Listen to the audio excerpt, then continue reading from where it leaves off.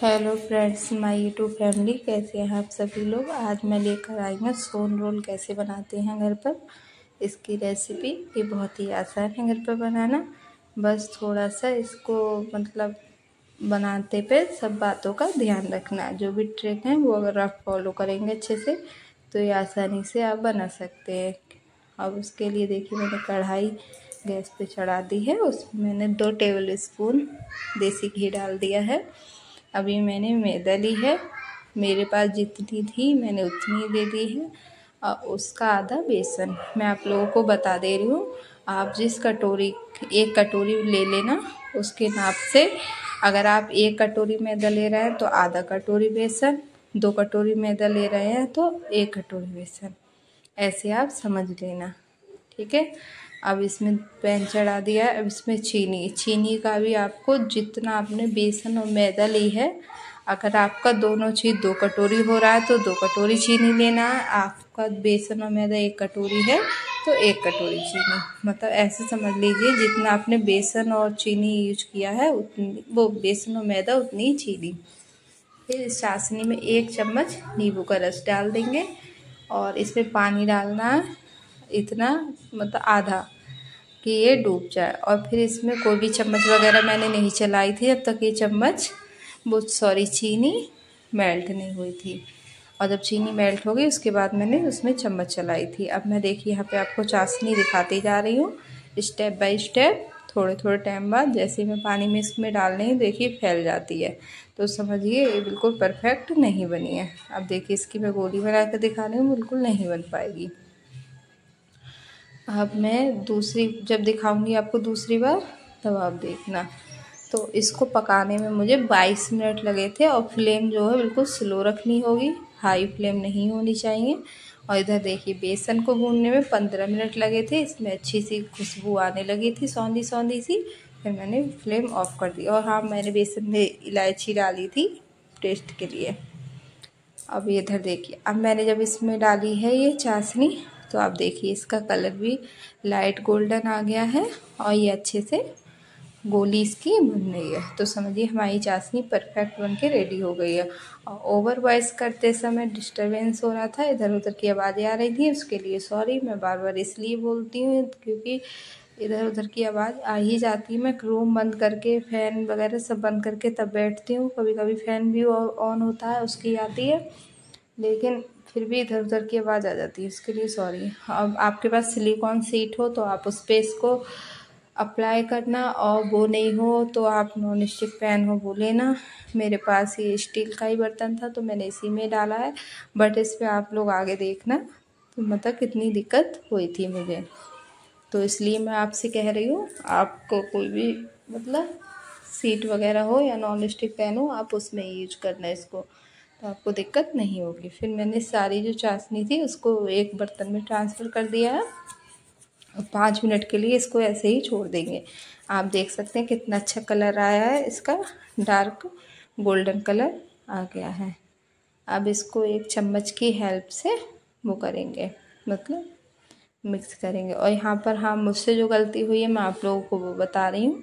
मैंने जो बेसन और मैदा जो भुना था वो गरम था, तो यहाँ पे मुझसे ये गलती हुई थी। आप लोग इस बात का ध्यान रखना। आपकी चाशनी हल्की गुनगुनी तो रहती है, मतलब ये गर्म ही रहेगी काफ़ी टाइम तक जब तक आप इसको बनाएंगे, बट आपका बेसन और मैदा गर्म नहीं होना चाहिए। तो यहाँ पे मुझसे ये वाली गलती मतलब हो गई थी, तो ये बता दे रही हूँ।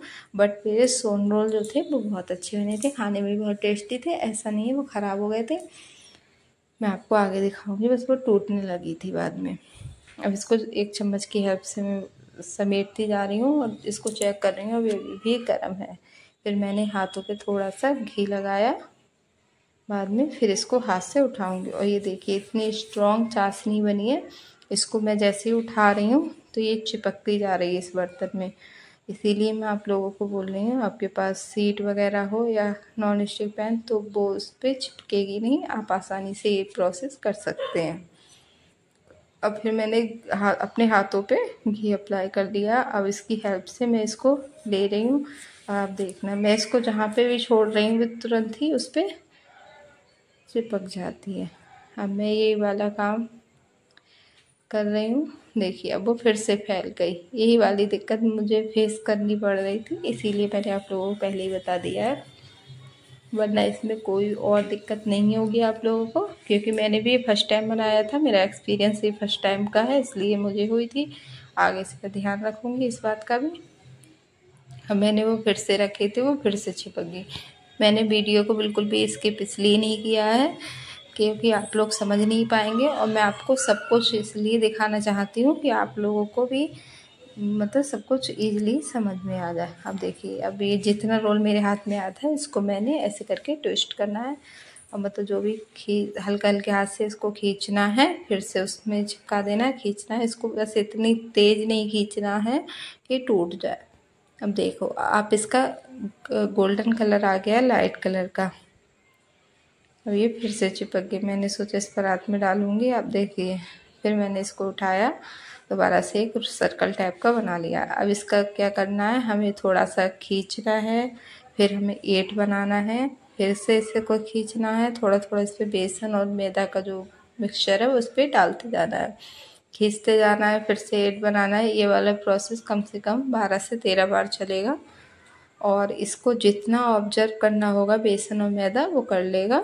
बकाया ये जो बचेगा आप किसी भी काम में यूज कर सकते हैं, और थोड़ा बहुत बच ही जाता है क्योंकि मेरी वो चाशनी थोड़ी सी उस बर्तन में ही लगी रह गई थी इस चक्कर में, वरना बोबिया का सब आ जाती तो ये बिल्कुल भी नहीं बचता। देखिए मैं इसको बार बार वही प्रोसेस करती जा रही हूँ, खींचती जा रही हूँ, करती जा रही हूँ।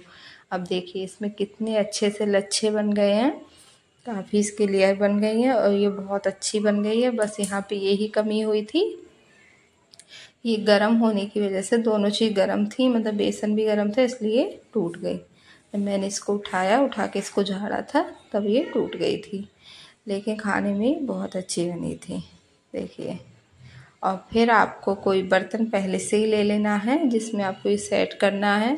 छोटी छोटी कटोरी हो, ढक्कन हो, कोई भी साइज़ का कोई भी बर्तन हो जिसमें आप आराम से रख सकते हैं, और उसमें आप पिस्ता, बादाम, काजू पहले से ही डाल दें, फिर उसके ऊपर से इसको लगाते जाएं, और इसको ज़्यादा मतलब उसमें देखिए कितनी अच्छी लेयर बनी है ना इसकी, और खाने में भी बहुत टेस्टी बनी थी। बस यही गलती हो गई थी, ये टूट गई थी, बस यही गलती हो गई थी।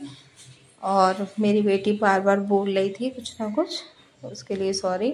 मेरे पास जो भी कटोरी अवेलेबल थी एक साइज़ की, मैंने वही ले ली है। और मेरे पास इस समय पिस्ता, बादाम, काजू कुछ भी नहीं था, हस्बैंड घर पे नहीं थे, वो होते तो वो ले आते। और ये देखिए इसको हल्के हाथ से बस ट्विस्ट करना है, ज़्यादा प्रेस नहीं करना है, और इसको रख देना है, और ये थोड़ी ही देर में सेट हो जाती है। ऐसा नहीं है इसको काफ़ी लॉन्ग टाइम के लिए रखना होगा, जमाना होगा, ऐसा कुछ भी नहीं है। फिर आप किसी बर्तन में इसको निकाल के रख सकते हैं। ये देखिए मैं आपको दिखा रही हूँ, एक ट्रे में मैं रख रही हूँ, बहुत आसानी से निकलते जा रहे हैं, और ये बहुत अच्छे बने थे, मार्केट में मिलने वाले सोन रोल की तरह बने थे। और फिर मेरे पास 2 बादाम पड़े थे, वो ही मैंने इस पे लगा दिए हैं।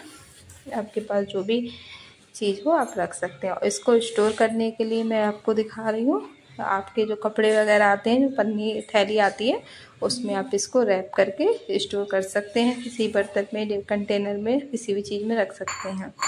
और ये बहुत अच्छी बनी थी। कल मिलते हैं, बाय बाय गाइस।